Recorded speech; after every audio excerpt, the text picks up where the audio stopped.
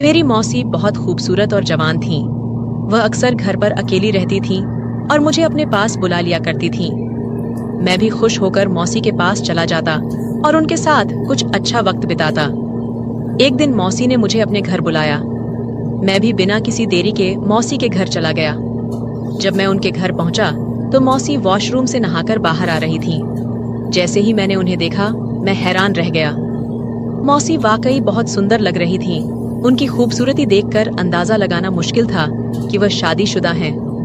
उस वक्त मैं अपने मौसा के घर ठहरा हुआ था क्योंकि मम्मी पापा विदेश जा रहे थे। इससे पहले जब छोटे मौसा मम्मी पापा से मिलने आए थे तो उन्होंने पापा से कहा कि आरो को हमारे घर छोड़ दीजिए। पापा ने पहले मना किया क्योंकि अब मैं बड़ा हो चुका था और अपना ख्याल खुद रख सकता था। लेकिन मौसा मौसी ने पापा को मना लिया और मैं उनके घर आ गया। दोस्तों, कहानी को पूरा सुनिएगा। बहुत ही इंटरेस्टिंग कहानी है और चैनल पर पहली बार आए हैं तो चैनल को सब्सक्राइब कर लें। मौसी मोनिका की शादी मेरे मौसा से लगभग 10 साल पहले हुई थी। उस वक्त मैं सिर्फ 10 साल का था, लेकिन मौसी की खूबसूरती और शालीनता ने हमेशा मुझे प्रभावित किया। उनकी आवाज़ धीमी और लहजा बहुत नरम था।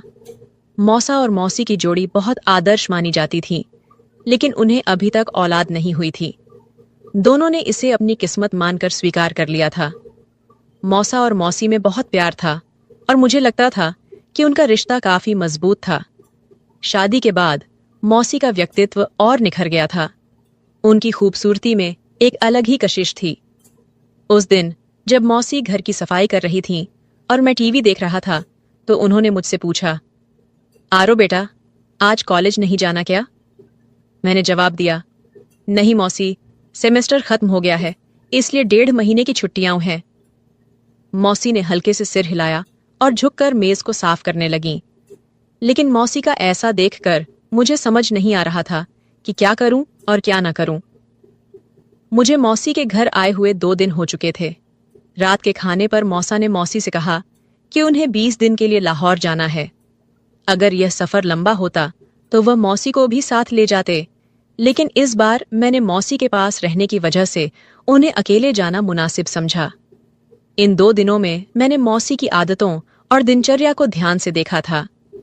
वह चाय की बहुत शौकीन थीं और हमेशा चाय में ज्यादा दूध डालती थीं, जबकि मुझे डिब्बे का दूध पीने की आदत थी।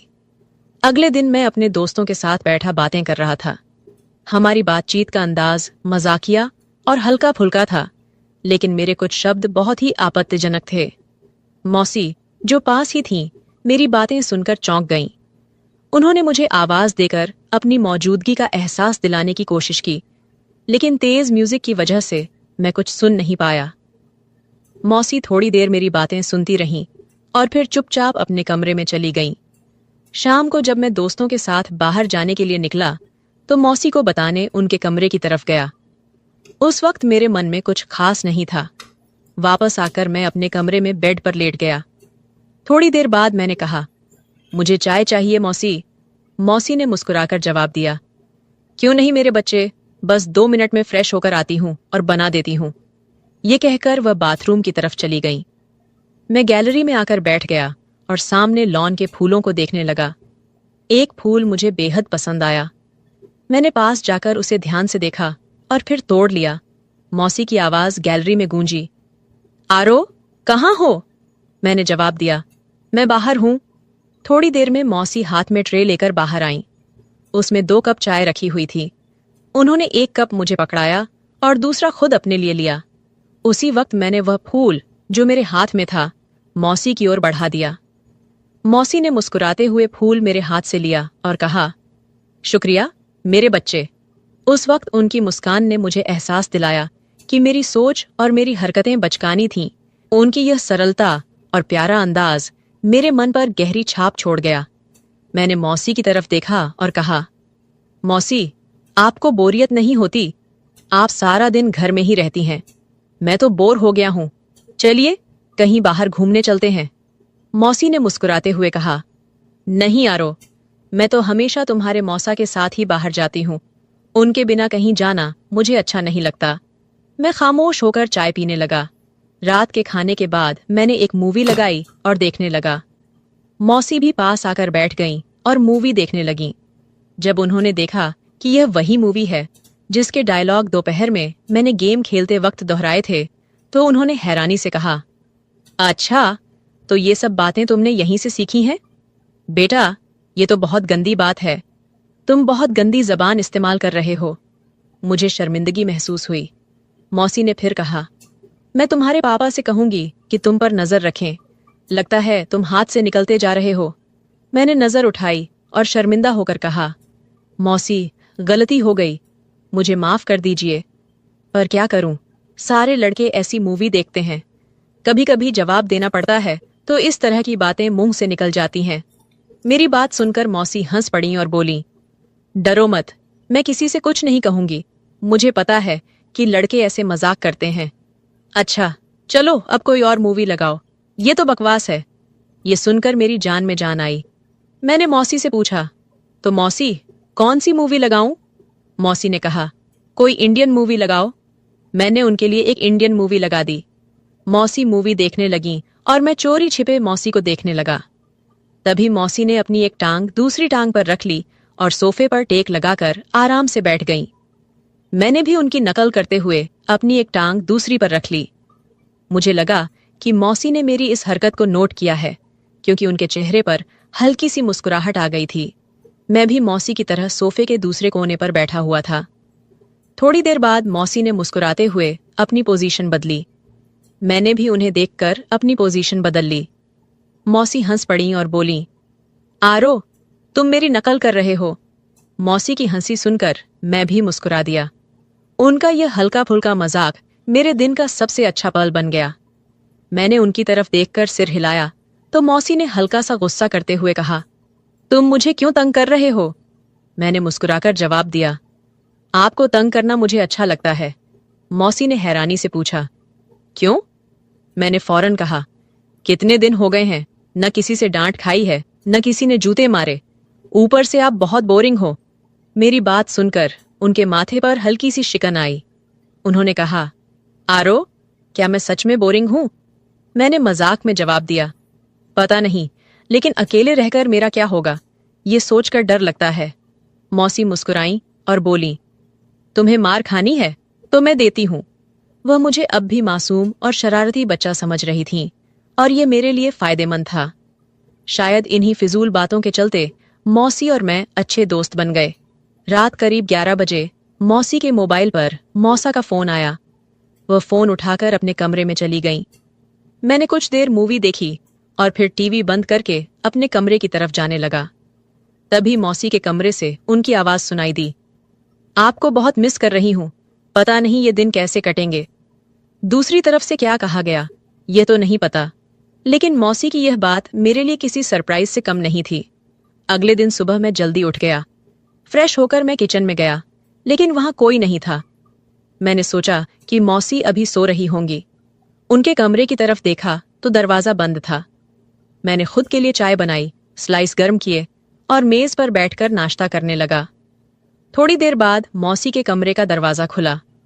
वह बाहर निकली और मुझे देखकर थोड़ा सा शर्मिंदा होकर बोली, रात को नींद नहीं आई, बहुत देर से सोई थी, इसलिए सुबह जल्दी नहीं उठ सकी। मैंने मुस्कुराकर कहा, कोई बात नहीं, आपको नाश्ता करना है? चलिए, आज आपका नाश्ता मैं बना देता हूं। मौसी हंस पड़ी और बोली, तुम और नाश्ता? क्या बात है? मैंने कहा, पहले आप फ्रेश हो आइए, फिर देखते हैं। मौसी मुस्कुराई, सिर हिलाया और दोबारा अपने कमरे में चली गईं। मैंने आवाज लगाई, मौसी, आपको नाश्ते में क्या पसंद है? मौसी ने हंसते हुए कहा, तुम जो भी बनाओगे मैं खुशी से खा लूंगी। मैंने सिर झुकाकर कहा, जैसे आपकी मर्जी, और फिर किचन की तरफ मुड़ गया। मैं किचन में नाश्ता बनाकर लौटा और मौसी को आवाज दी। मौसी हॉल में आई और कुर्सी पर बैठ गईं। मैंने कहा, मौसी, आपका नाश्ता तैयार है। ट्रे को उनके सामने रख दिया। मौसी मेरी तरफ मुस्कुराते हुए देख रही थीं। उन्होंने मेरे सिर पर हाथ फेरा और प्यार से मेरे बालों को बिगाड़ दिया। मैंने उनके हाथ को पकड़ लिया और कहा, मौसी, आपने मेरे बालों का स्टाइल खराब कर दिया। मौसी ने हंसते हुए मेरे गाल पर हल्के से थप्पड़ मारा और कहा, कुछ नहीं हुआ, आराम से बैठो और नाश्ता करो। मौसी ने नाश्ता खत्म किया और मुस्कुराते हुए बोली, आरो, तुम्हारा बहुत शुक्रिया। चलो, आज से हम पक्की दोस्ती करते हैं। बहुत दिनों बाद इस तरह हंसी हूं और इतना अच्छा नाश्ता किया है। मैंने नकली गुस्से में मुंह बनाते हुए कहा, तो क्या मैं आपका दोस्त नहीं हूं मौसी? मौसी ने मेरे गाल पर चुटकी काटते हुए कहा, दोस्त हो पर कच्चे वाले। आज से पक्की दोस्ती करते हैं।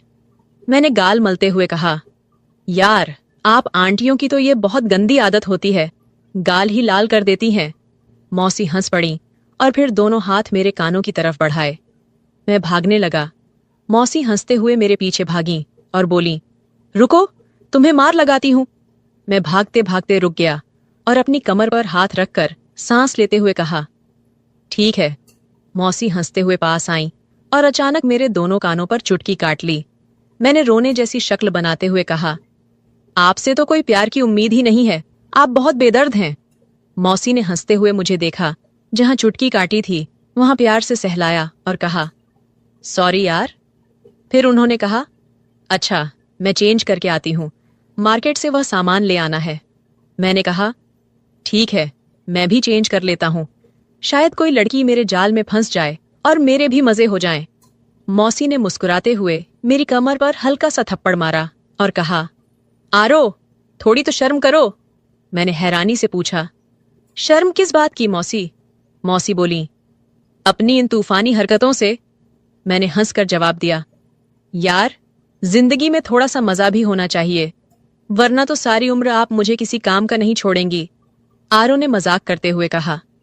मौसी को पहले तो उसकी बात समझ नहीं आई, लेकिन जब समझ में आई तो वह थोड़ी देर के लिए चुप हो गई। फिर अपने पांव से चप्पल उतारते हुए बोली, थोड़ी सी तो शर्म करो, आरो। आरो हंसते हुए अपने कमरे की ओर बढ़ा गया। थोड़ी देर बाद वह बाहर आया और सोफे पर बैठकर टीवी देखने लगा। कुछ समय बाद मौसी भी बाहर आ गईं। जब मौसी बाहर आईं तो आरो की नजरें उन्हें देखे बिना नहीं रह पाईं। मौसी सफेद रंग की कमीज और जीन्स में काफी आकर्षक लग रही थीं। आरो ने मजाक करते हुए कहा, मैं, क्या इरादा है? मौसी ने पहले अपने कपड़े देखे, फिर आरो को हैरान होकर पूछा, क्या हुआ? आरो ने दिल पर हाथ रखते हुए कहा, आपके दीवाने इस शहर में 1000 होंगे, लेकिन इतनी सुबह दुकान कौन खोलेगा? मौसी को अपनी गलती का एहसास हुआ और बोली, ठीक कह रहे हो। आरो ने कहा, जब आप बाहर निकलती होंगी तो लोग आपको ही देखेंगे। मौसी मुस्कुराते हुए बोली, आरो, थोड़ी शर्म करो, मैं तुम्हारी मौसी हूं। आरो ने सर झुकाकर कहा, ठीक है मौसी। तो मौसी हंस पड़ी। फिर वह पास बैठते हुए बोली, तुम फ्लर्ट करना नहीं छोड़ोगे ना? आरो ने मुस्कुराते हुए कहा, मैं फ्लर्ट नहीं कर रहा हूं मौसी। मौसी ने हंसते हुए कहा, माफ करना यार। और थोड़ी देर बाद मौसी ने पूछा, सच में तुम्हारी कोई गर्लफ्रेंड नहीं है? आरो ने जवाब दिया, कोई आप जैसी मिली नहीं, वरना उसे गर्लफ्रेंड क्या, अपनी लाइफ पार्टनर बना लेता, चाहे पापा को समझाना पड़ता। मौसी मुस्कुराते हुए बोली, मैं अच्छी लगती हूं तुम्हें? आरो ने फिर अपने सिर को थोड़ा झुकाकर हल्के से कहा, बहुत ज्यादा मौसी। मौसी ने कहा, तू बाज नहीं आएगा। फिर अचानक कहा, आरो, दूध ले आओ, खत्म हो गया है। आरो ने सिर हिलाया और बाजार की ओर चला गया। वापस आकर उसने दूध के बर्तन को फ्रीजर में रखा और मौसी को बताने के लिए उनके कमरे में गया। लेकिन जो दृश्य उसने देखा वह पागल कर देने के लिए काफी था। मौसी शायद नहाकर बाहर आई थीं। ये वक्त आरो के लिए बेहद कठिन था और वह महसूस कर रहा था कि जैसे उसकी ताकत खत्म हो गई हो। वह पलटने ही वाला था जब मौसी ने आवाज दी, दूध ले आए हो? आरो की आवाज जैसे रुक सी गई थी। उसने सिर हिलाया और मौसी धीरे धीरे कदम उठाते हुए उसकी ओर बढ़ी। उसने आरो के चेहरे के नीचे हाथ रखा और पूछा, क्या हुआ आरो? आरो ने सिर उठाया और मौसी की आंखों में देखते हुए कहा, कुछ नहीं मौसी। मौसी ने उसकी आंखों में गहरी नजर डाली और बोली, सच सच बताओ, क्या मेरा इस तरह तुम्हारे सामने आना सही है? आरो ने सिर हिलाया और फिर सिर झुकाकर कहा, अगर आपको लगता है कि मैं आपकी तरफ आकर्षित हो रहा हूं तो आप गलत हैं मौसी। आपका जिस्म आपका प्यार जताने का तरीका हो सकता है, लेकिन यही सब कुछ सही नहीं है। मौसी ने गहरी सांस ली और उसे देखा जैसे वह पूरी तरह से दीवाना हो। आरो ने फिर सिर उठाया और कहा, लेकिन मैं यह भी नहीं चाहता कि आप मुझे अपनाएं और फिर अचानक मुझे अपने दीदार से महरूम कर दें। मौसी के लिए यह एक बड़ा फैसला था। फिर वह बेड पर बैठ गई और कहा, आओ मेरे पास बैठो। आरो धीरे धीरे उनके पास आकर बैठ गया। मौसी ने उसका हाथ पकड़ा और दूसरे हाथ पर रखा। आरो, जो भी मिल जाए उसका शुक्र करना चाहिए, वह बोली। आरो को यह समझ में आ गया कि मौसी के मन में क्या चल रहा था और उसने खुद को कमरे से बाहर खींच लिया। तभी उसे महसूस हुआ कि मौसी अंदर रो रही हैं। उनकी सिसकियों की आवाज बाहर तक आ रही थी। वह दरवाजे के पास गया और पूछा, क्या आप ठीक हैं?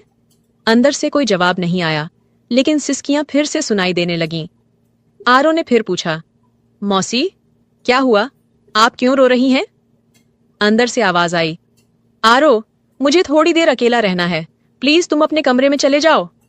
आरो ने कहा, ठीक है, अगर आप ठीक हैं तो बताइए। मौसी ने कहा, मैं ठीक हूं। लेकिन आरो को अब भी यह समझ में नहीं आ रहा था कि आगे क्या करना चाहिए। मैं जल्दी से वापस आ गया। फिर कुछ देर बाद मौसी भी फ्रेश होकर बाहर आई और मुझसे माफी मांगने लगी। उस दिन के बाद से मैंने मौसी का बहुत ज्यादा ख्याल रखना शुरू कर दिया, क्योंकि वह बहुत ज्यादा तन्हाई का शिकार हो गई थी और मुझसे प्यार करने लगी थी।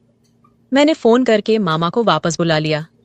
मौसी जवान और खूबसूरत औरत थी, इसलिए वह अपनी तन्हाई को मिटाने के लिए बहुत ज्यादा तरस गई थी। लेकिन शुक्र है कि हम दोनों में इस तरह का कोई भी ताल्लुक कायम नहीं हुआ। कुछ दिन मैंने और मौसी के घर में गुजार दिए और फिर मेरे मम्मी पापा घर वापस आ गए और मैं अपने घर वापस चला गया। मेरा सभी लोगों का यही कहना है कि हमेशा घर में किसी के सहारे अपनी बहन या पत्नी को अकेले छोड़कर ना जाएं, क्योंकि शैतान कभी भी इंसान को बहका सकता है और शैतान के बहकावे में आकर यह गलती इंसान कर बैठता है। लिहाजा ये काम करने से पहले 1000 बार सोचना चाहिए, क्योंकि आप लोगों के घर टूट सकते हैं। मर्दों से गुजारिश है कि वह अपनी बहन या पत्नी को किसी के भरोसे पर छोड़कर न जाएं। जब मैं घर वापस लौट आया तो मुझे लगा कि जैसे कुछ अनकहा और अधूरा सा रह गया हो। मेरी जिंदगी में जो बदलाव आए थे वे केवल बाहरी नहीं थे, बल्कि अंदरूनी भी थे। मुझे यह एहसास हुआ कि रिश्तों का असली मोल समय और समझदारी में है। मौसी और मैं एक दूसरे से ज्यादा करीब हो गए थे, लेकिन इस करीबी में एक सीमा बनी रहनी चाहिए थी। एक दिन जब मैंने मौसी से बात की तो उसकी आंखों में एक नई तरह की शांति थी। वह अब पहले जैसी तन्हाई का शिकार नहीं थी और मुझे लगा कि वह अब अपने जीवन में सच्ची खुशियों की तलाश में है।